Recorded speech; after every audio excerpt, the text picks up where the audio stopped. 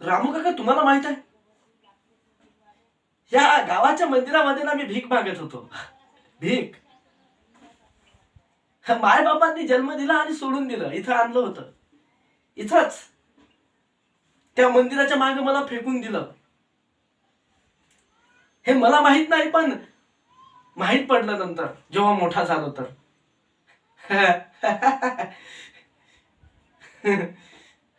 झाडू मारत होतो मंदिरामध्ये,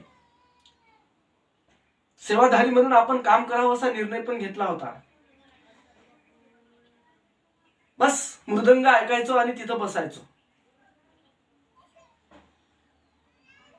मिळायचं ते खायचो, नाहीतर उपाशी झोपायचो.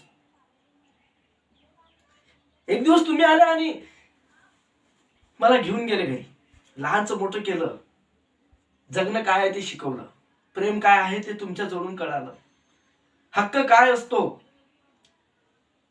तो तुमच्या प्रेमातून मला मिळाला. आणि त्याच हक्काची शपथ घेऊन सांगतो, काका, या इनामदाराला नाही चोप दिला तर माझं नाव पण चेतन नाही.